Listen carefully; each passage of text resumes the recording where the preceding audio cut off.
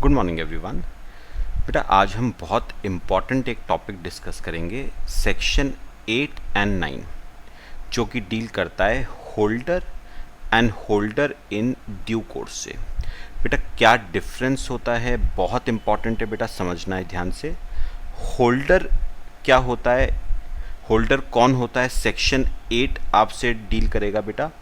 और holder in due course कौन होता है, सेक्शन 9 बेटा आपसे डील करेगा। ध्यान से मेरी बात सुनना, एग्जाम्पल भी देखेंगे। देखो होल्डर कौन होता है बेटा, as per section 8 he must be entitled to the possession of a negotiable instrument in his own name. ठीक है, और दूसरी बात, he must be entitled to receive और recover the amount due on negotiable instrument from the parties liable on negotiable instrument. तो बेटा holder को ध्यान से देखना बेटा, होल्डर के लिए क्या क्या शर्तों को सेटिस्फाई होना जरूरी है, कौन होल्डर माना जाएगा बेटा, सेक्शन 8 आपसे बात करेगा। और बेटा सेक्शन 8 कहता है कि होल्डर बनने के लिए ना दो चीजें होनी चाहिए। एक तो आपके पास उस नेगोशिएबल इंस्ट्रूमेंट का पोजेशन होना चाहिए, पहली बात। ठीक है, plus you must be entitled to receive oblique recover money. You must be entitled to receive oblique recover money. मैं आपको बेटा अभी समझाता हूं। तो होल्डर बनने के लिए बेटा दो शर्तें होनी चाहिए। दो शर्तें अगर फुलफिल हो जाती हैं तो आपको उस नेगोशिएबल इंस्ट्रूमेंट का होल्डर माना जाएगा। पहली शर्त है वो नेगोशिएबल इंस्ट्रूमेंट आपके पोजेशन में होना चाहिए, और दूसरी बात, you must be entitled to receive और recover money on such negotiable instrument. आपके पास उस नेगोशिएबल इंस्ट्रूमेंट के अगेंस्ट पैसा रिसीव करने का राइट आपके पास होना चाहिए। तो बेटा अपना बात समझो मेरी। देखो बेटा, मिस्टर ए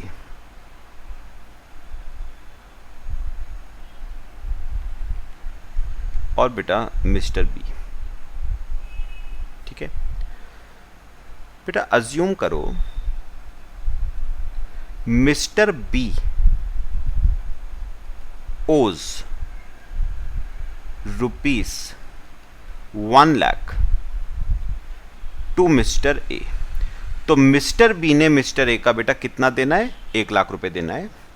तो बच्चे मिस्टर बी ने ना एक बेटा प्रॉमिसरी नोट बनाया। मिस्टर बी ने एक प्रॉमिसरी नोट बनाया। अब बेटा मैंने स्पेसिमेन आपको प्रॉमिसरी नोट का बताया ना, यहां पर सबसे ऊपर बेटा मेकर का नाम आएगा। मेकर कौन है, मिस्टर बी। ठीक है, उसका बेटा एड्रेस आएगा। फिर यहां पर लिखा जाएगा आई प्रॉमिस टू पे यू ₹1 लाख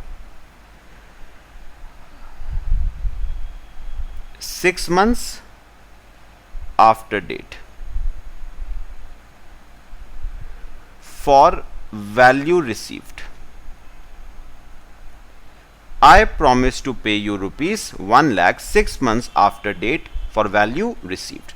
और बेटा यहां पर आएगा पेई का नाम। पेई मतलब जिसको पैसा मिलना है बेटा, मिस्टर ए। तो यहां पर आता है बेटा मेकर का नाम, ये आएगा बेटा मेकर का नाम, और ये आ गया बच्चे पे का नाम। ठीक है बेटा, तो मिस्टर बी ने ये प्रॉमिसरी नोट किसको दे दिया, मिस्टर ए को, और यहां पर बेटा आपका मिस्टर बी का सिग्नेचर आ जाएगा, signature and stamp mister B का, है ना। ये आपका प्रॉमिसरी नोट है। तो ये प्रॉमिसरी नोट मिस्टर बी ने किसको दे दिया बेटा? मिस्टर ए को दे दिया। तो अब मुझे एक बात का जवाब दो, ये प्रॉमिसरी नोट बेटा किसके पोजेशन में है? मिस्टर ए के पोजेशन में है, पहली बात। ये प्रॉमिसरी नोट मिस्टर ए के पोजेशन में है, प्लस एक और शर्त है बेटा, पोजेशन होना खाली काफी नहीं है, उसका भी अभी एक एग्जांपल दूंगा आपको। खाली पोजेशन होना काफी नहीं है बेटा, सेकंड शर्त बहुत इंपॉर्टेंट है, you must be entitled to recover money. आपके पास इस नेगोशिएबल इंस्ट्रूमेंट के अगेंस्ट पैसा रिसीव करने का राइट होना चाहिए। और बेटा इस नेगोशिएबल इंस्ट्रूमेंट में किसका नाम मेंशन था बेटा? मिस्टर ए का ना। तो क्या उसके पास पैसा रिकवर करने का राइट है बेटा? बिल्कुल, he is entitled to recover money. He is entitled to recover money from Mr. B.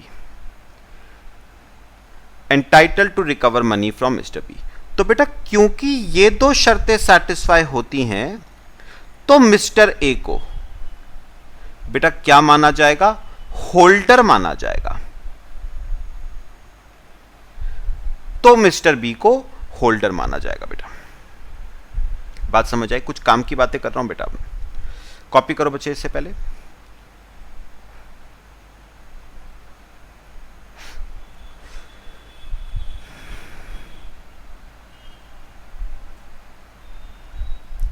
Point बेटा क्लियर हुआ?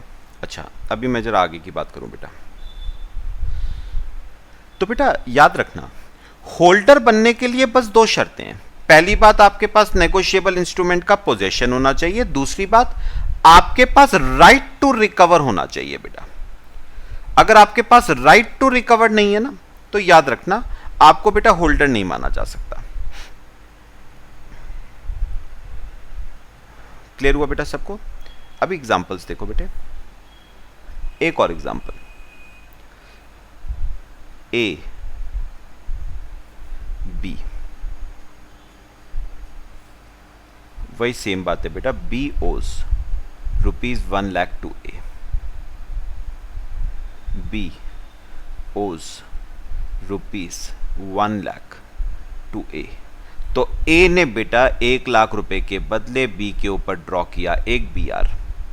ए draws a B R on B.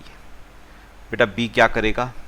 B इस बी आर को एक्सेप्ट करेगा और वापस बेटा किसको लौटा देगा? ए को लौटा देगा। तो ए हमारा कौन कहलाता है बेटा? ड्रॉर, ड्रॉर जिसने बिल ऑफ एक्सचेंज ड्रॉ किया है। और बी कौन कहलाएगा? हमारा ड्रॉई, जिसके ऊपर ये बिल ऑफ एक्सचेंज ड्रॉ किया गया है। बात समझ आई बेटा? कॉपी करो।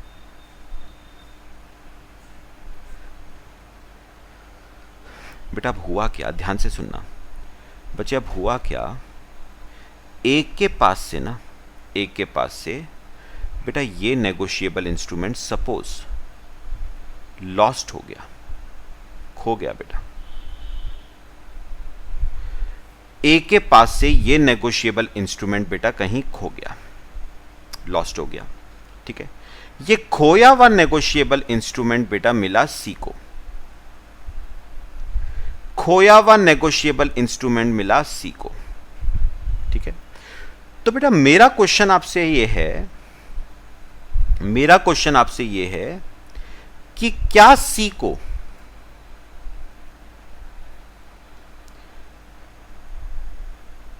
मेरा क्वेश्चन आपसे यह है, क्या सी को होल्डर माना जाएगा या नहीं बेटा? तो बेटा अगर वो सी दो शर्तों को सेटिस्फाई कर लेता है तो वो बेटा होल्डर बन जाएगा। कौन सी दो शर्तें बचे?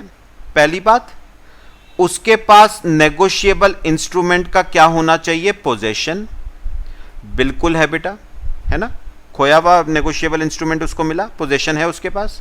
और सेकंड मोस्ट इंपॉर्टेंट, उसके पास एंटाइटलमेंट होना चाहिए, उसके पास राइट होना चाहिए पैसा रिकवर करने का, जो कि बेटा उसके पास नहीं है, क्योंकि बेटा एंटाइटलमेंट तो सिर्फ ए के पास था।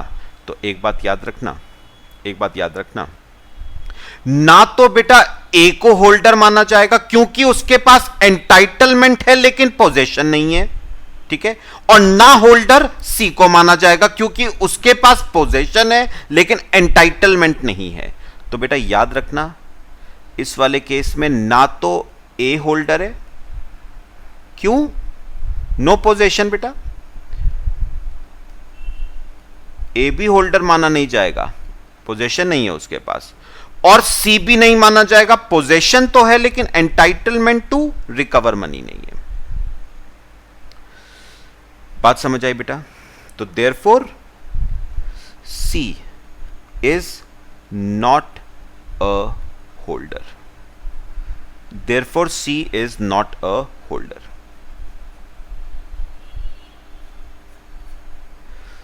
पहले बताओ बेटा, बात समझ आई?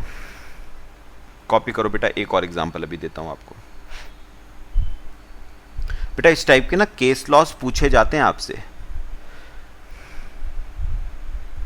ठीक है?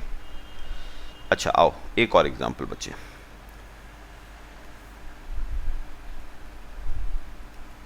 इमेजिन करो बेटा ये मैं हूं, ठीक है, और ये बेटा आप हो।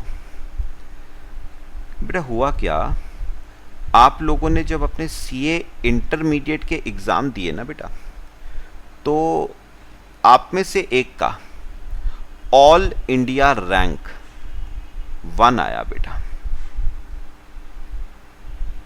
ऑल इंडिया रैंक 1 आया आपका, ठीक है। अब क्या हुआ बेटा, मैंने आपको बेटा स्कॉलरशिप दी, मैंने आपको क्या दी, स्कॉलरशिप, या आप कह लो बेटा मैंने आपको गिफ्ट दिया। क्या, मैंने आपको एक चेक दिया वर्थ ₹50,000, मैंने आपको चेक दिया वर्थ ₹50,000। बात समझ आई? ठीक है। अब क्या हुआ बेटा, सुनो ध्यान से सुनना बेटा जो मैं कहूंगा। अब मुझे यह जानना है क्या आप इस चेक के होल्डर माने जाओगे या नहीं। तो बेटा सिंपल सी 2 शर्तें हैं ना। पहली कौन सी बेटा, आपके पास उस चेक का क्या होना चाहिए बेटा, पोजेशन होना चाहिए। तो पोजेशन तो है, plus you must be entitled to recover money. और बेटा क्योंकि आपको गिफ्ट दिया गया है तो आप बिल्कुल बेटा पैसा रिकवर करने के लिए एंटाइटल्ड हो। आपके पास पूरा राइट है कि आप इस चेक के अगेंस्ट 50,000 रुपीज क्या कर सकते हो, मुझसे बेटा रिकवर कर सकते हो। तो आपको क्या माना जाएगा, होल्डर माना जाएगा। देयरफॉर स्टूडेंट शैल बी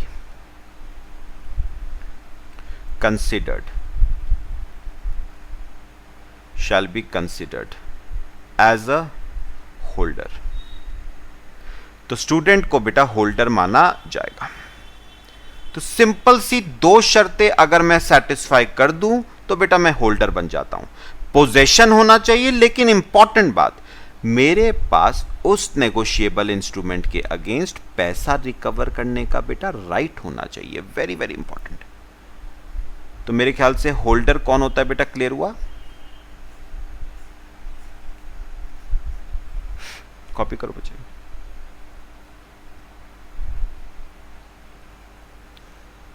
ये तो हो गया बेटा होल्डर।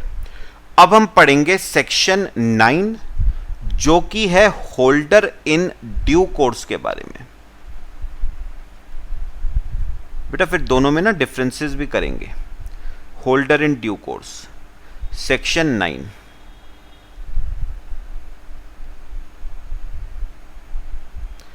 कौन होता है बेटा होल्डर इन ड्यू कोर्स, पहले पढ़ते हैं फिर समझते हैं इसे।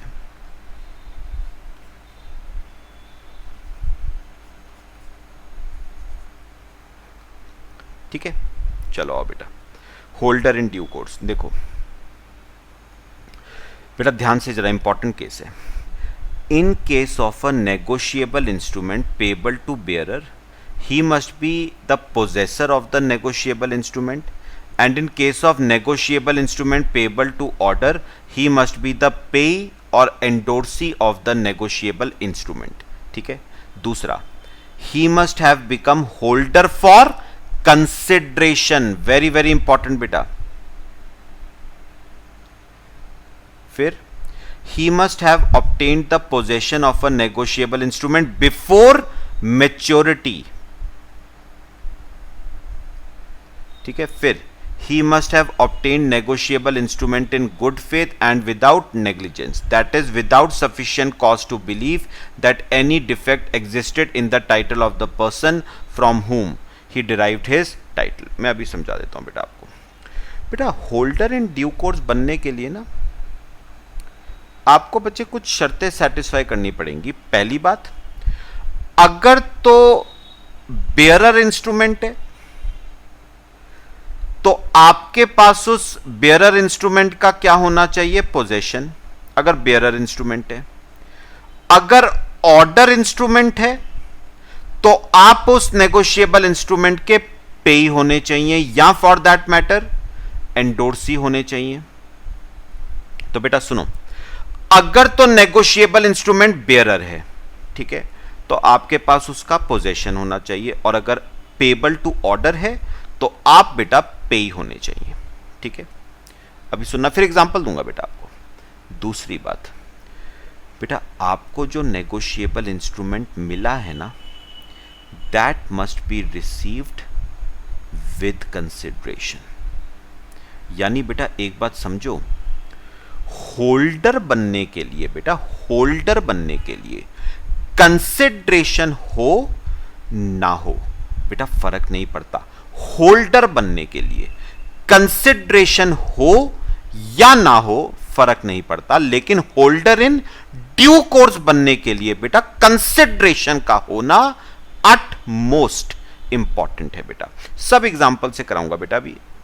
तो सेकंड शर्त, कंसिडरेशन का होना बेटा जरूरी है. तो मुझे बेटा एक बात दोबारा बता दो, एक डिफरेंस भी आ गया बेटा होल्डर में और होल्डर इन ड्यू कोर्स में. क्या डिफरेंस बेटा? होल्डर बनने के लिए कंसिडरेशन हो ना हो फर्क नहीं पड़ता बेटा, आप होल्डर माने जाओगे. दूसरी बात, होल्डर इन ड्यू कोर्स बनने के लिए बच्चे कंसिडरेशन का होना जरूरी है. देखो बेटा, थोड़ी स्पेस छोड़ना और एक एग्जांपल लिखो. देखो अभी डिफरेंस क्लियर होगा बेटा आपको. ए बी, बेटा आपने पढ़ा हुआ है ना अकोमोडेशन बिल्स का केस बच्चे, है ना. अकोमोडेशन बिल्स के केस में बेटा देयर इज नो कंसिडरेशन. आपने फाउंडेशन में भी पढ़ा हुआ है बेटा. इनफैक्ट इस चैप्टर में भी मैंने आपको बताया अकोमोडेशन में क्या होता है बेटा. ए ने बी के ऊपर, A draws a bill on B without consideration. मतलब बी ने ए का कोई पैसा नहीं देना है, फिर भी ए ने बी के ऊपर क्या ड्रॉ करा? एक बी आर. इसे बेटा हम क्या कहते हैं? अकोमोडेशन का केस, जिसमें बी आपकी अकोमोडेटिंग पार्टी है और ए आपकी अकोमोडेटेड पार्टी है. बात समझ आई बेटा? तो ए ने बी के ऊपर बेटा बी आर क्या करा? ड्रॉ करा विदाउट कंसिडरेशन 1 लाख रुपए का. बेटा बी ने क्या करा? बी ने एक्सेप्ट कर लिया बिल, ठीक है, और वापस किसको दे दिया? ए को. ए ने बेटा क्या करा? ए का एक क्रेडिटर था सी, ए का एक क्रेडिटर था सी, ठीक है, क्रेडिटर ऑफ ए, ठीक है. ए ने बेटा सी का 1 लाख रुपए देना था. ए ओज ₹1 लाख टू सी. ए ने सी का बेटा 1 लाख रुपीस देना था. बात समझ आई बच्चे? ठीक है. अब सुनो बेटा, ए ने क्या करा? ए ने ये वाला बी आर बेटा सी को क्या कर दिया, endorsed, B are endorsed to C. A ने ये बी आर बेटा सी को क्या कर दिया, एंडोर्स कर दिया। समझ आई बेटा बात सबको? कॉपी करो, यहां तक कॉपी करो।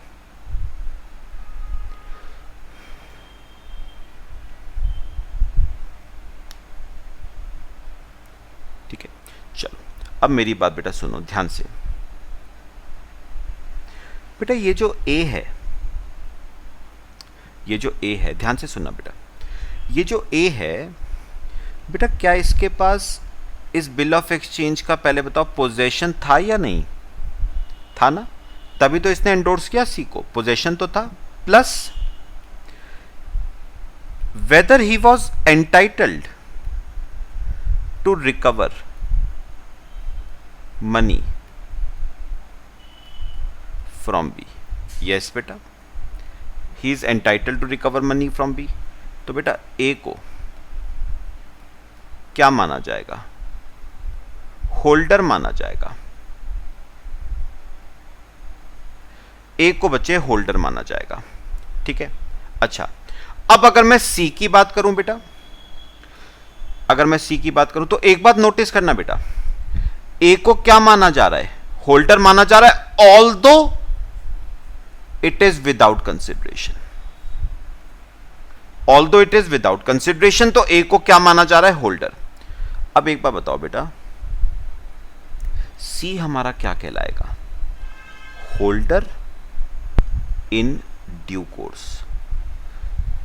कैसे बेटा, शर्तें सेटिस्फाई करो। सी हमारा कहलाएगा holder in due course.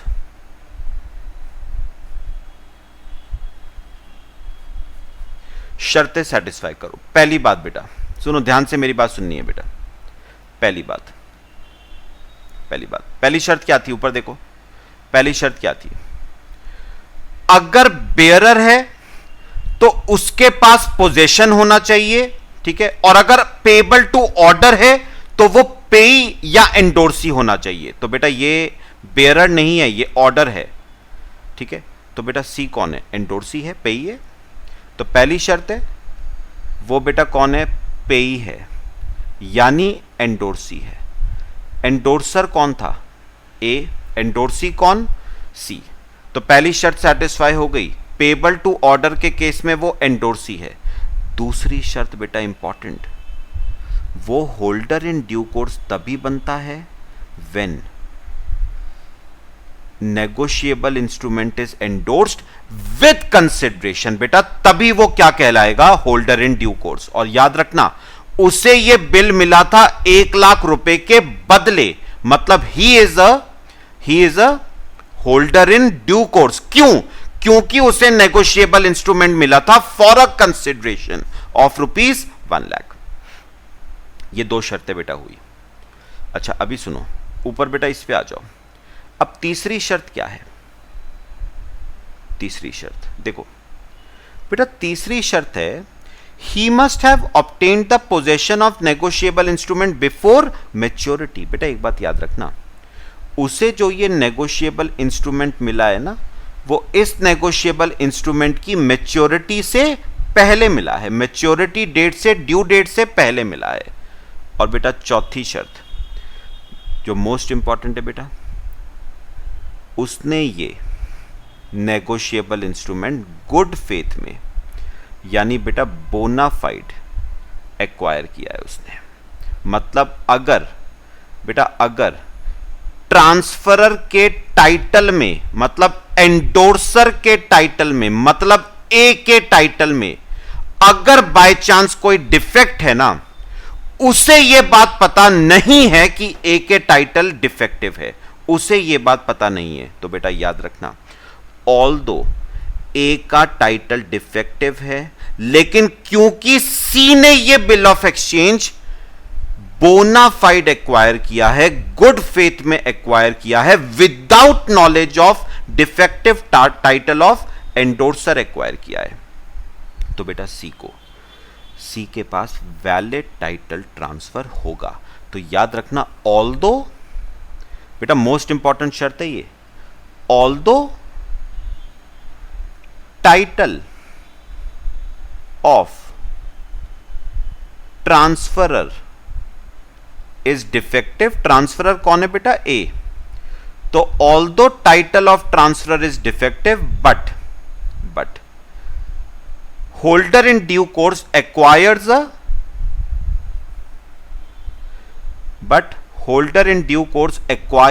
valid title,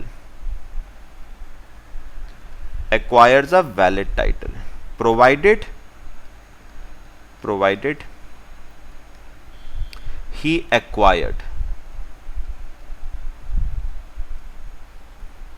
negotiable instrument in good faith।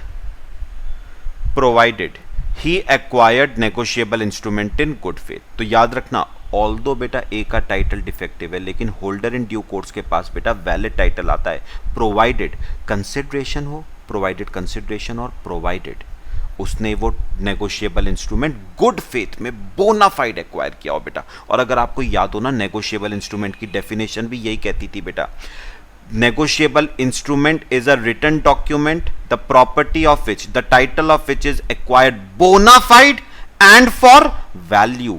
यानी कंसिडरेशन होना चाहिए और गुड फेथ में एक्वायर होना चाहिए। बात समझ आई बेटे? तो बेटा थर्ड शर्त आती है, उसने ये नेगोशिएबल इंस्ट्रूमेंट एक्वायर किया हो बिफोर मैच्योरिटी, मतलब मैच्योरिटी डेट से पहले एक्वायर किया हो, और फोर्थ बेटा गुड फेथ में एक्वायर करा हो, मतलब without knowledge of defective title of transferor. उसे यह पता नहीं होना चाहिए कि ट्रांसफरर का टाइटल क्या है, डिफेक्टिव, तो बेटा उसे HDC holder in due course माना जाएगा। तो बेटा चार शर्तें। अगर तो इंस्ट्रूमेंट बेयरर है तो उसके पास पोजेशन होना चाहिए, अगर ऑर्डर इंस्ट्रूमेंट है तो वो पेई या एंडोर्सी होना चाहिए, ठीक है। दूसरी बात, कंसिडरेशन का होना बहुत जरूरी है एचडीसी बनने के लिए, होल्डर बनने के लिए कंसिडरेशन का होना जरूरी नहीं है।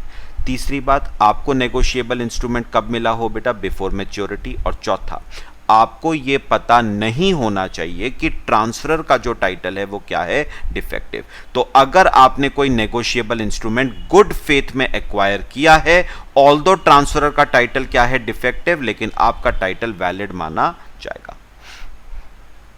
बताओ बेटा, होल्डर और होल्डर इन ड्यू कोर्स में बेटा डिफरेंस क्लियर हुआ? मैं अभी जरा आपसे ना डिफरेंसेस बेटा डिस्कस करूंगा। कर लिया बेटा कॉपी? चलो आओ मेरे साथ साथ जरा डिफरेंसेस बेटा मैं डिस्कस कर लूं पहले आपसे। ये देखो बेटा, डिफरेंसेस पे आ जाओ पहले। होल्डर और holder in due course. Consideration बेटा मैं बता चुका हूं, a person becomes holder even if he obtains the negotiable instrument without any consideration. मतलब होल्डर बनने के लिए कंसिडरेशन का होना जरूरी नहीं है, लेकिन एचडीसी बनने के लिए बेटा कंसिडरेशन होना चाहिए। अच्छा, holder, a person becomes a holder even if he obtains the negotiable instrument after the maturity of the negotiable instrument। तो maturity date के बाद अगर आपको कोई negotiable instrument मिलता है ना, तो बेटा आपको होल्डर माना जाएगा, लेकिन एचडीसी नहीं माना जाएगा, क्योंकि एचडीसी बनने के लिए you must have acquired negotiable instrument before it's maturity. फिर गुड फेथ बेटा, a person becomes holder even if he does not obtain the negotiable instrument in good faith। तो बेटा एक बात सुनो बेटा, अगर आपने नेगोशिएबल इंस्ट्रूमेंट ना गुड फेथ में एक्वायर नहीं करा है, ठीक है, तो बेटा मतलब ट्रांसफरर का टाइटल क्या था, डिफेक्टिव था। आपको पता था कि ट्रांसफरर का टाइटल क्या है, डिफेक्टिव, उसके बावजूद आपने नेगोशिएबल इंस्ट्रूमेंट ट्रांसफरर से क्या करा, एक्वायर। तो बेटा अगर उसका टाइटल डिफेक्टिव है ना, तो आपका भी टाइटल क्या होगा, डिफेक्टिव ही माना जाएगा, because you have not acquired that negotiable instrument in good faith. और उस केस में बेटा आपको एचडीसी नहीं माना जा सकता, आपको होल्डर तो माना जाएगा, लेकिन आप एचडीसी आप नहीं बनते हो बेटा। जबकि एचडीसी बनने के लिए बेटा ये तो प्राइम शर्त है, negotiable instrument must be obtained in good faith. Privileges बेटा ये बड़ी इंपॉर्टेंट बात है, ये मैं भी आपसे आगे डिस्कस करूंगा। बेटा होल्डर इन ड्यू कोर्स को ना कुछ प्रिविलेजेस मिलते हैं बेटा जो होल्डर को नहीं मिलते हैं। तो holder is not entitled to privileges which are available to HDC. तो होल्डर इन ड्यू कोर्स को कुछ प्रिविलेजेस मिलते हैं over and above holder. However, HDC is entitled to various privileges as specified under Negotiable Instruments Act 1881. Right to sue. A holder cannot sue all the prior parties. बेटा holder prior parties को sue नहीं कर सकता। HDC can sue all the prior parties. बेटा HDC जितनी भी prior parties है ना सबको बेटा क्या कर सकता है, वो sue कर सकता है। मतलब HDC बेटा हमारे वाले एग्जाम्पल में अगर देखा जाए, खैर यहां पर तो बेटा अकोमोडेशन का केस था ना, वैसे एक बात याद रखना, ए अगर चाहे ना तो वो बेटा बी को स्यू नहीं कर सकता। क्यों नहीं स्यू कर सकता बेटा? विदाउट कंसिडरेशन है। लेकिन सी अगर चाहे तो वो जितनी भी प्रायर पार्टीज है ना बेटा सबको क्या कर सकता है, स्यू कर सकता है। तो ए सारी प्रायर पार्टीज को स्यू नहीं कर सकता, होल्डर सारी प्रायर पार्टीज को स्यू नहीं कर सकता, लेकिन होल्डर इन ड्यू कोर्स जितनी भी प्रायर पार्टीज हैं सबको बच्चे क्या कर सकता है, स्यू कर सकता है। ठीक है बेटा, तो ये आपके कुछ डिफरेंसेस हैं between holder and holder in due course. ठीक है, चलो बेटा अब मैं आपको ना बच्चे प्रिविलेजेस करवा रहा हूं, जो privileges holder in due course exercise करता है। ये देखो बेटा, privileges of a holder in due course, देखो ध्यान से समझना बेटा। Every prior party to a negotiable instrument is liable to a HDC. बेटा एचडीसी हर प्रायर पार्टी को बेटा क्या कर सकता है, स्यू कर सकता है। जितनी भी प्रायर पार्टीज है ना, जितनी भी प्रायर पार्टीज है सबको बच्चे एचडीसी क्या कर सकता है, स्यू कर सकता है। A holder who derives title from HDC has same rights as that of HDC. बड़ा इंपॉर्टेंट है बेटा। Thus, once a negotiable instrument passes through the hands of HDC, it gets cleansed of all its defects provided holder himself is not a party to fraud or illegality which affected the negotiable instrument in some stage of its journey. बेटा मैं आपको एक बात बताऊं, बेटा HDC जो होता है ना वो बेटा एक तरह से गंगा की तरह है। गंगा की तरह मतलब बेटा आप गंगा में बेटा कोई चीज डालते हो ना तो वो प्योर हो जाती है, प्योर हो जाती है वो। ऐसे ही बेटा एचडीसी है। जो बिल, जो नेगोशिएबल इंस्ट्रूमेंट बेटा एक बार एचडीसी के हैंड से पास हो गया ना वो बेटा बिल्कुल प्योर हो जाता है बेटा। मतलब एक बात समझो, अज्यूम करो ए का टाइटल बेटा डिफेक्टिव होता, ए का टाइटल डिफेक्टिव होता, लेकिन सी ने वो बिल ए से एक्वायर किया गुड फेथ में, तो बेटा सी का तो वैलिड टाइटल हो गया, मतलब वो बन गया एचडीसी। उसके बाद सी अगर डी को एंडोर्स करेगा ना बेटा, सी अगर डी को एंडोर्स करेगा तो बेटा याद रखना डी को भी इस बिल का, इस नेगोशिएबल इंस्ट्रूमेंट का वैलिड टाइटल ट्रांसफर होगा। क्योंकि एक बार बिल नेगोशिएबल इंस्ट्रूमेंट एचडीसी के हैंड से पास हो जाए ना, then it is no longer defective. वो बेटा क्या बन जाता है, बिल्कुल वैलिड बन जाता है। पॉइंट बेटा समझ आया सबको? अच्छा, no prior party can set up a defence that negotiable instrument was drawn, made और endorsed by him without any consideration. बेटा ये बड़ी इंपॉर्टेंट बात आ जाती है। बेटा मैंने आपको यहां पर क्या कहा था, जो ए है वो बेटा बी को स्यू नहीं कर सकता बेटा। क्यों नहीं कर सकता बच्चे, क्यों नहीं कर सकता? क्योंकि बेटा विदाउट कंसिडरेशन है। तो होल्डर बेटा बी को, प्रायर पार्टी को स्यू नहीं कर सकता, होल्डर बी को नहीं स्यू कर सकता। क्यों? क्योंकि बेटा विदाउट कंसिडरेशन। लेकिन होल्डर इन ड्यू कोर्स बेटा अगर चाहे तो वो बी को, ए को, जिसको मर्जी चाहे वो बेटा क्या कर सकता है, स्यू कर सकता है। तो जो होल्डर इन ड्यू कोर्स है वो बेटा प्रायर पार्टीज को स्यू कर सकता है, लेकिन एक होल्डर प्रायर पार्टी को स्यू नहीं कर सकता। बात समझ आई बेटा? फिर no prior party can set up a defence that negotiable instrument was lost और was obtained by him from him by an offense or fraud or for unlawful consideration. Thus HDC gets a valid title to the negotiable instrument even though title of the transferor was defective. बेटा ये मैं ना अभी नहीं बताऊंगा, section 58 बेटा हमने discuss करना है, मोस्ट प्रोबेबली इसी लेक्चर में डिस्कस करेंगे, नहीं तो नेक्स्ट लेक्चर में, वहां पर बेटा मैं आपसे डिस्कस करूंगा section 58। No prior party can allege that negotiable instrument was delivered conditionally और for a special purpose only. बेटा याद रखना, कोई भी प्रायर पार्टी ए हो बी हो वो बेटा ये क्लेम नहीं कर सकती है कि जो नेगोशिएबल इंस्ट्रूमेंट ट्रांसफर किया गया था वो कंडीशनली ट्रांसफर किया गया था, किसी स्पेशल पर्पस के लिए ही ट्रांसफर किया गया था। HDC can claim full amount of negotiable instrument, ये तो आपने बेटा पढ़ा हुआ है, but not exceeding amount covered by the stamp even though such amount is in excess of the amount authorised by person delivering an inchoate negotiable instrument. बेटा जैसे मैंने एग्जांपल आपको ब्लैंक चेक का दिया था, मेरी बात सुनो बेटा, इनकोएट इंस्ट्रूमेंट के केस में क्या था, सुनो ध्यान से, आपने मुझे फीस का बेटा एक ब्लैंक चेक दिया, बस अपना साइन करके आपने मुझे दे दिया कि जज जो भी आपकी फीस होगी आप फिलअप कर लेना। मैंने उस चेक में, फीस थी मेरी 35,000, मैंने उस चेक में 1 लाख रुपए फिलअप करे, 1 लाख रुपए बेटा फिलअप कर दिए, और वो मैंने 1 लाख रुपए का चेक दे दिया बेटा आपको, सॉरी अपने किसी क्रेडिटर को। अब मेरी बात सुनो, आपने मुझे दिया ब्लैंक चेक साइन करके, आपने कहा सर जो भी आपकी फीस है आप फिलअप कर लेना। मेरी फीस थी 35,000, तो मुझे कितना फिलअप करना चाहिए था बेटा 35, मैंने फिलअप कर दिया 1 लाख, और मैंने वो चेक आगे एंडोर्स कर दिया बेटा किसको, अपने किसी क्रेडिटर को एंडोर्स कर दिया। बात समझ आई बेटा? उसे ये बात पता नहीं थी, उसने ये चेक एक्वायर किया था गुड फेथ में। अब सुनो, वो बेटा जो क्रेडिटर है ना वो HDC बन गया, क्यों पहले बताओ?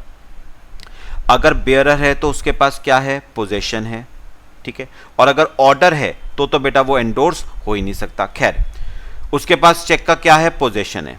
दूसरी बात बेटा, विद कंसिडरेशन उसने एक्वायर किया है, विद कंसिडरेशन एक्वायर किया है, बिफोर मैच्योरिटी एक्वायर किया, और चौथी शर्त गुड फेथ में एक्वायर करा है, तो वो क्या बन जाता है बेटा HDC। और क्योंकि वो HDC है, वो इस ब्लैंक चेक में जितना पैसा लिखा है बेटा वो सारा का सारा पैसा क्या कर सकता है, वो रिकवर कर सकता है स्टूडेंट से, लेकिन हाँ स्टैंप ड्यूटी वैल्यू से ज्यादा नहीं कर सकता बेटा।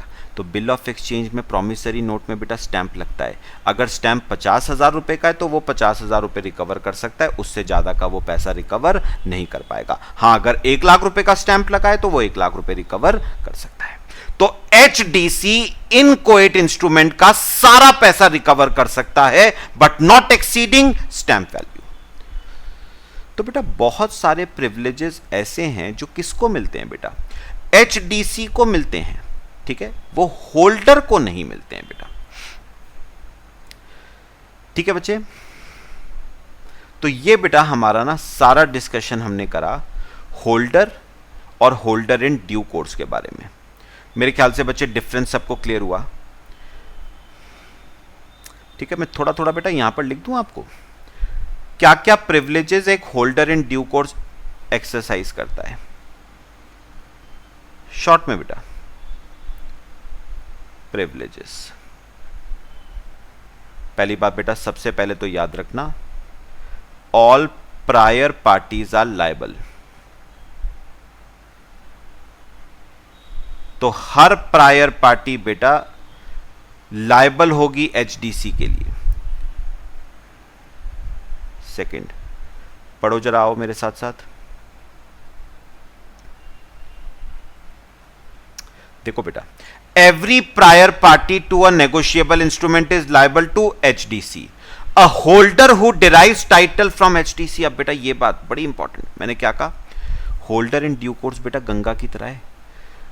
होल्डर इन ड्यू कोर्स के थ्रू जो नेगोशिएबल इंस्ट्रूमेंट पास होगा ना बेटा, वो बिल्कुल प्योर हो जाता है। तो अगर एचडीसी ने बेटा कोई नेगोशिएबल इंस्ट्रूमेंट होल्डर को ट्रांसफर किया है ना बेटा, तो होल्डर का टाइटल भी बेटा वैलिड ही होता है।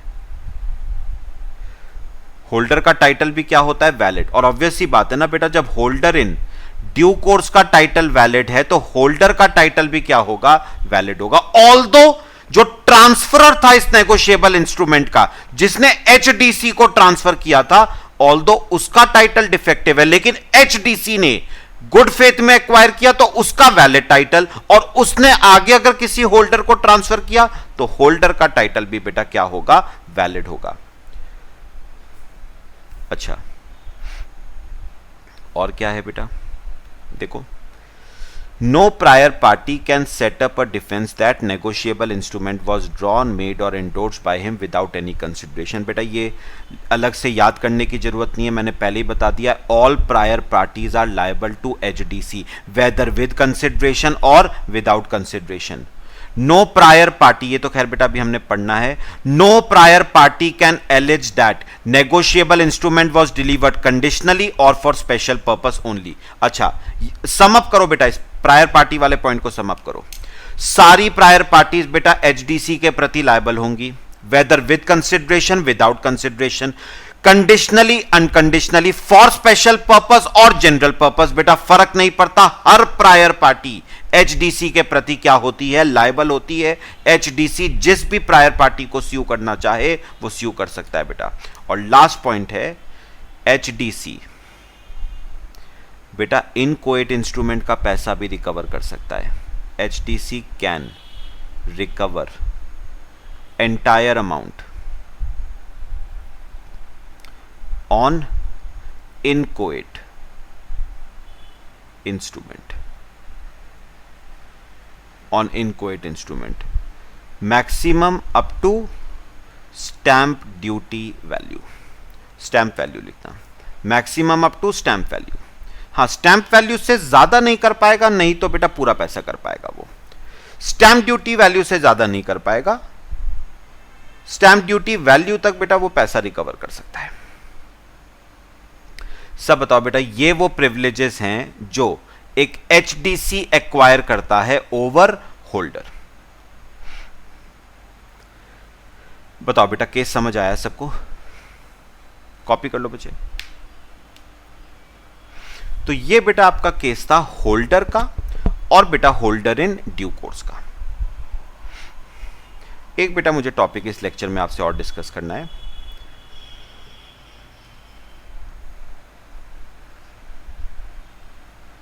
Negotiation versus assignment.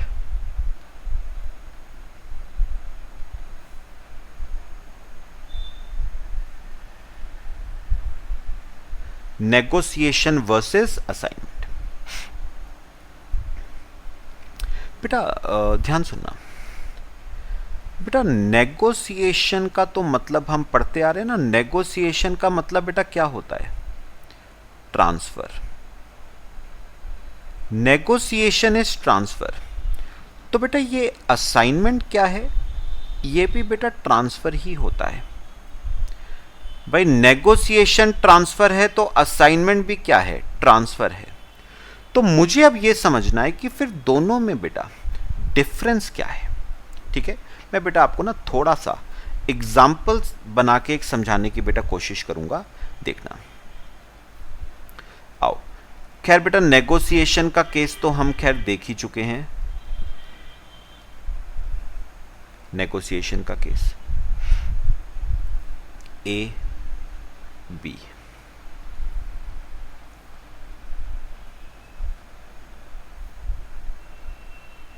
ठीक है।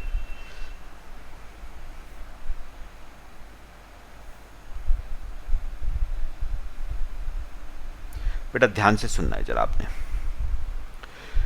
अच्छा बेटा, नेगोशिएशन का केस तो खैर हम कर ही चुके हैं। सुनो बेटा ए ने बी के ऊपर ड्रॉ किया एक B R, A draws a B R. या चलो चेक का केस ले लें, चेक का केस लेते हैं। चलो बेटा ए ने बी को चेक दिया, 1 लाख रुपए का चेक। ए ने बी को बचे 1 लाख रुपए का क्या दिया है, चेक। ए ने बी को 1 लाख रुपए का क्या दिया, चेक। अब सुनो सुनो, मेरी बात ध्यान से सुनना बेटा। ये है बेटा सी, ये बी का क्रेडिटर है, बी क्रेडिटर। अब अपने आप बताओ बेटा, बी चाहे तो क्या कर सकता है, ये चेक आगे बेटा किसको दे सकता है, सी को। ट्रांसफर कर सकता है सी को, नेगोशिएट कर सकता है सी को। तो बी चाहे तो ये चेक बेटा आगे किसको ट्रांसफर कर सकता है, नेगोशिएट कर सकता है, सी को कर सकता है। अगर तो बेटा ये चेक बेयरर है तो बेटा ये ट्रांसफर हो सकता है बाय डिलीवरी, है ना। लेकिन अगर ये चेक ऑर्डर है तो बेटा एंडोर्समेंट प्लस डिलीवरी करनी पड़ेगी बी को। पहले एंडोर्स करेगा फिर डिलीवर करेगा। तो अगर तो बेयरर है तो बाय डिलीवरी ट्रांसफर हो जाएगा, लेकिन अगर ऑर्डर है तो एंडोर्समेंट प्लस डिलीवरी बेटा करनी पड़ेगी। पक्का। इस प्रोसेस को बेटा हम क्या कहते हैं, negotiation. This is nothing but negotiation. Transfer means बेटा negotiation. Transfer of negotiable instrument means negotiation. और नेगोशिएशन कैसे होता है बेटा, अगर बेयरर है तो डिलीवरी के थ्रू होगा, और अगर ऑर्डर है तो एंडोर्समेंट प्लस डिलीवरी के थ्रू होगा।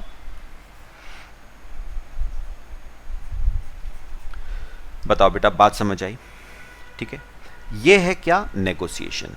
अच्छा बेटा, अब मैं अगर आपसे बात करूं व्हाट इज असाइनमेंट, वैसे आपको बेटा याद आएगा असाइनमेंट के बारे में आप बेटा पढ़ चुके हो ऑलरेडी सीए फाउंडेशन में। हमने सक्सेशन और असाइनमेंट के बीच में बेटा डिफरेंस किया था। क्या होता है बेटा असाइनमेंट, देखो एग्जाम्पल से करते हैं। ए, बी और बेटा सी। ध्यान से देखना बेटा,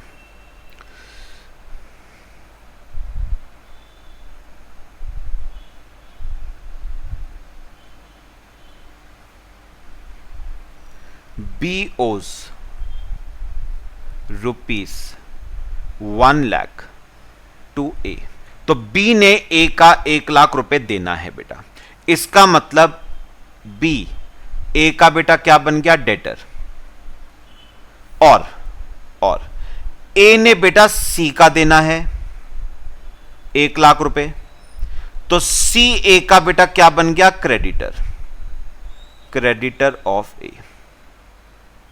बात समझ आई बेटा? ठीक है। अब हुआ क्या बचे, सुनो। अब हुआ क्या बेटा, ए ने बी से कहा तू मुझे पैसा देगा 1 लाख, मैं सी को दूंगा, तो बेटर क्या है, तू पैसा सीधे किसको दे दियो, सी को। तो B will pay money directly to C. B will pay money directly to C. बात समझ आई बेटा? पक्का बेटा। नेगोशिएशन में भी तो कुछ ऐसा ही होता है ना। ये बेटा बैंक है, सुनो बैंक है। अब मेरी बात सुनो बेटा, ए ने बी को दिया था बेटा 1 लाख रुपए का चेक, तो कायदे में बैंक बी को 1 लाख रुपए देती और बी आगे सी को देता, लेकिन बी ने बैंक को यह इंस्ट्रक्शन दे दिया कि मुझे पैसा देने के बजाय तुम पैसा सीधे किसको दे देना, सी को।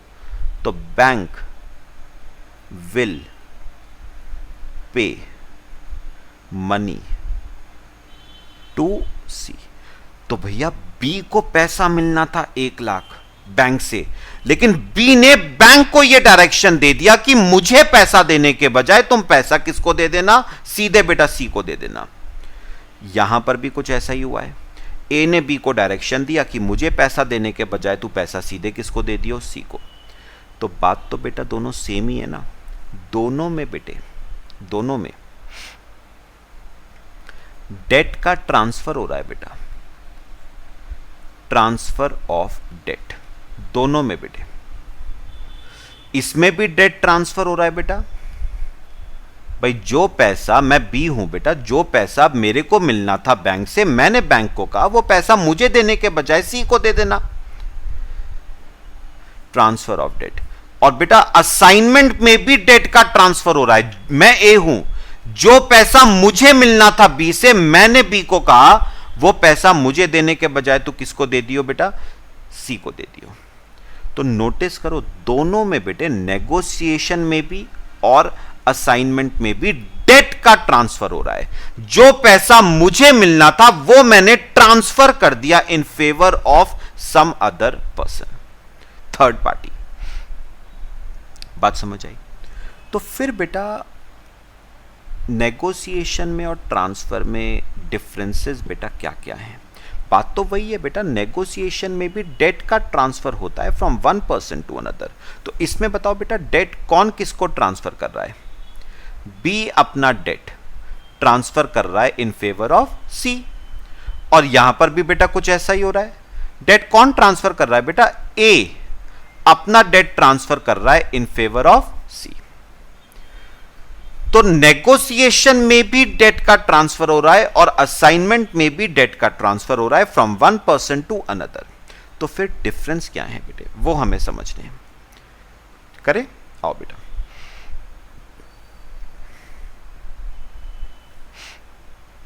देखो बेटा,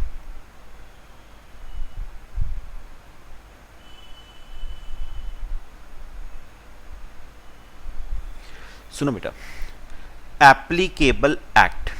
तो बेटा negotiation is governed by the provisions of negotiable instrument act 1881, whereas assignment is governed by the provisions of transfer of property act. तो पहला डिफरेंस बेटा। दूसरा डिफरेंस तो खैर इनकी डेफिनेशन ही है। Negotiation means transfer of a negotiable instrument to any other person so as to constitute that person the holder of such negotiable instrument।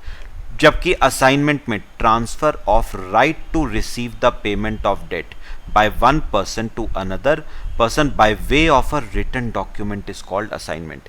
बेटा एक बात सुनो, असाइनमेंट में ना बेटा दो पार्टीज होती हैं, दो पार्टीज होती हैं बेटा। जैसे नेगोशिएशन में बेटा दो पार्टीज होती है ना। कौन ट्रांसफर कर रहा है बेटा? बी। तो बी हो गया एंडोर्सर, है ना। और किसको ट्रांसफर किया जा रहा है? सी को। तो सी बेटा हमारा कौन बनता है? एंडोर्सी, या पेई भी कह सकते हो आप, एंडोर्सी और पेई। ऐसे ही बेटा असाइनमेंट में दो पार्टीज हैं। जो अपना डेट असाइन कर रहा है यानी ए, उसे हम कहेंगे असाइनर, और जिसके फेवर में असाइन किया जा रहा है उसे हम कहेंगे असाइनी। तो बेटा असाइनर ने अपना पैसा रिसीव करने का राइट ट्रांसफर कर दिया इन फेवर ऑफ सी। तो जो पैसा रिसीव मैं करता मेरे बिहाफ पे, अब वो पैसा सी रिसीव करेगा। तो मैंने अपना राइट, मैं ए हूं, मैंने अपना राइट पैसा रिसीव करने का किसको ट्रांसफर कर दिया बेटा? सी को। This process is known as assignment.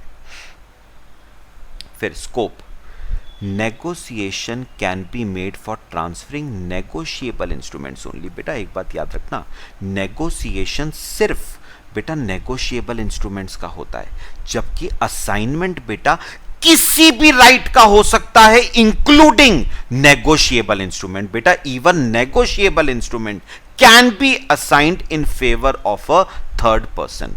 अगर नेगोशिएबल इंस्ट्रूमेंट्स, मैं अभी डिफरेंस बताऊंगा बेटा, नेगोशिएबल इंस्ट्रूमेंट्स का नेगोशिएशन भी होता है और नेगोशिएबल इंस्ट्रूमेंट्स का बेटा असाइनमेंट भी होता है। लेकिन अगर नेगोशिएबल इंस्ट्रूमेंट इन्वॉल्व नहीं है ना बेटा, तो नेगोशिएशन नहीं हो सकता। हां, असाइनमेंट फिर भी हो सकता है। जैसे बेटा इस केस में देखो, इस केस में बचे, क्या कोई नेगोशिएबल इंस्ट्रूमेंट इन्वॉल्व था बिटवीन बी एंड ए? नहीं बेटा। तो इसका क्या होगा? असाइनमेंट।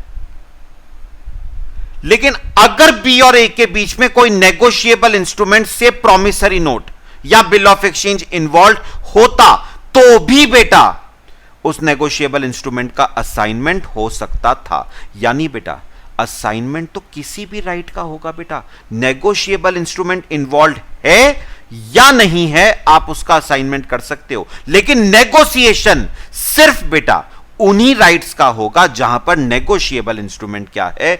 इन्वॉल्व। तो बेटा याद रखना, जो असाइनमेंट है ना, जो असाइनमेंट है बेटा, असाइनमेंट होता है किसी भी राइट का, किसी भी राइट का बेटा। अब नेगोशिएबल इंस्ट्रूमेंट है या नेगोशिएबल इंस्ट्रूमेंट नहीं है बेटा, इससे फर्क नहीं पड़ता है, पक्का। लेकिन बेटा नेगोशिएशन सिर्फ किसका होता है? नेगोशिएबल इंस्ट्रूमेंट्स का ही होता है, ठीक है। फिर मेथड और मैनर। अब bearer instrument can be negotiated merely by delivery. तो बेटा बेयरर है तो डिलीवरी करनी पड़ेगी, ऑर्डर है तो एंडोर्समेंट एंड डिलीवरी करनी पड़ेगी। असाइनमेंट के लिए बेटा एक असाइनमेंट डीड बनती है जो लिखित में होती है और उस पर असाइनर का साइन होना चाहिए बेटा। तो याद रखना, इन दोनों के बीच में बेटा ए और सी के बीच में क्या बनेगी? एक असाइनमेंट डीड बनेगी जिसमें बेटा लिखित में आएगा कि मैं अपना राइट सी के फेवर में क्या करता हूं? ट्रांसफर। और उस पे असाइनर का बेटा क्या आएगा? सिग्नेचर आएगा। उस पे असाइनर का बेटा सिग्नेचर आएगा, ठीक है। जबकि बेटा नेगोशिएशन करने के लिए बेटा कोई डीड बनाने की जरूरत तो है नहीं। अगर बेयरर है तो डिलीवरी कर दो, अगर ऑर्डर है तो डिलीवरी, एंडोर्समेंट प्लस डिलीवरी कर दो, ठीक है। Notice, notice of negotiation is not required to be given to any party. बेटा एक बात याद रखना, जब आप नेगोशिएशन ट्रांसफर करते हो, बाय डिलीवरी करो या बाय एंडोर्समेंट एंड डिलीवरी करो, किसी पार्टी को बेटा नोटिस देने की जरूरत नहीं पड़ती। लेकिन असाइनमेंट के केस में बेटा असाइनी डेटर को नोटिस देगा बेटा, जरूरी है। तो असाइनी कौन है? सी। तो बेटा सी डेटर को यानी बी को बेटा क्या देगा? एक नोटिस देगा और उस नोटिस में बताएगा कि तुमने जो पैसा ए को देना था, ए ने वो डेट मेरे फेवर में क्या कर दिया है? असाइन कर दिया है। ये देखो असाइनमेंट डीड। तो तुम्हें अब वो पैसा ए को नहीं देना है, अब तुम्हें वो पैसा मुझको देना है, ठीक है। ये नोटिस असाइनी देगा डेटर को। Notice of assignment must be given by assignee to debtor. Consideration, याद करो बेटा पहली क्लास और मैंने बताया था नेगोशिएबल इंस्ट्रूमेंट्स के केस में कंसिडरेशन बेटा प्रिज्यूम किया जाता है, माना जाता है कि पार्टीज ने नेगोशिएबल इंस्ट्रूमेंट ट्रांसफर किया है फॉर कंसिडरेशन। जबकि बेटा ऐसा प्रिजम्पशन असाइनमेंट के केस में नहीं होता है। बेटा असाइनी को प्रूव करना पड़ेगा कि उसने ये डेट एक्वायर किया है फॉर कंसिडरेशन। प्रिज्यूम नहीं किया जाता है, प्रूफ करना पड़ता है बेटा। नेगोशिएबल इंस्ट्रूमेंट के केस में presence of consideration is presumed, जबकि असाइनमेंट के केस में it has to be proved by assigning. Burden of proof, the other party has to prove that negotiation was without any consideration. तो बेटा जो accommodating party है ना, accommodating party, उसे ये प्रूव करना पड़ेगा कि ये जो नेगोशिएशन हुआ है this was without any consideration. इस केस में assignee has to prove that there was some consideration. Assignee को प्रूव करना पड़ेगा कि कंसिडरेशन है। अच्छा, the transferee of a negotiable instrument acquires a title better than that of the transferor. He becomes holder in due course. तो बेटा जो endorsee है उसके पास बेटर टाइटल आता है ना, वैलिड टाइटल आता है, ऑल्दो बेटा एंडोर्सर का टाइटल क्या है, डिफेक्टिव है, तभी तो उसे होल्डर इन ड्यू कोर्स कहते हैं। लेकिन assignee does not acquire a title better than that of assignor. तो याद रखना, असाइनमेंट के केस में अगर असाइनर का टाइटल डिफेक्टिव है तो बेटा असाइनी का टाइटल भी क्या होगा, डिफेक्टिव होगा। Negotiation does not require payment of stamp duty. बेटा बिल ऑफ एक्सचेंज बनाने में स्टैम्प ड्यूटी लगती है बेटा, एंडोर्समेंट में नहीं लगती है, ट्रांसफर में नहीं लगती है स्टैम्प ड्यूटी। जबकि असाइनमेंट तो बेटा एक रिटर्न डीड बनेगी, प्रॉपर डीड बनेगी, और स्टैम्प ड्यूटी तो आपको देनी पड़ेगी फिर डीड पे। तो ये आपके डिफरेंसेस हैं बिटवीन नेगोशिएशन एंड असाइनमेंट। बेटा समझ आया हमने इस लेक्चर में जितना डिस्कस किया। चलो बच्चे इस लेक्चर में इतना ही कवर करेंगे, बाकी बेटा नेक्स्ट लेक्चर में कवर करते हैं। Till then thank you.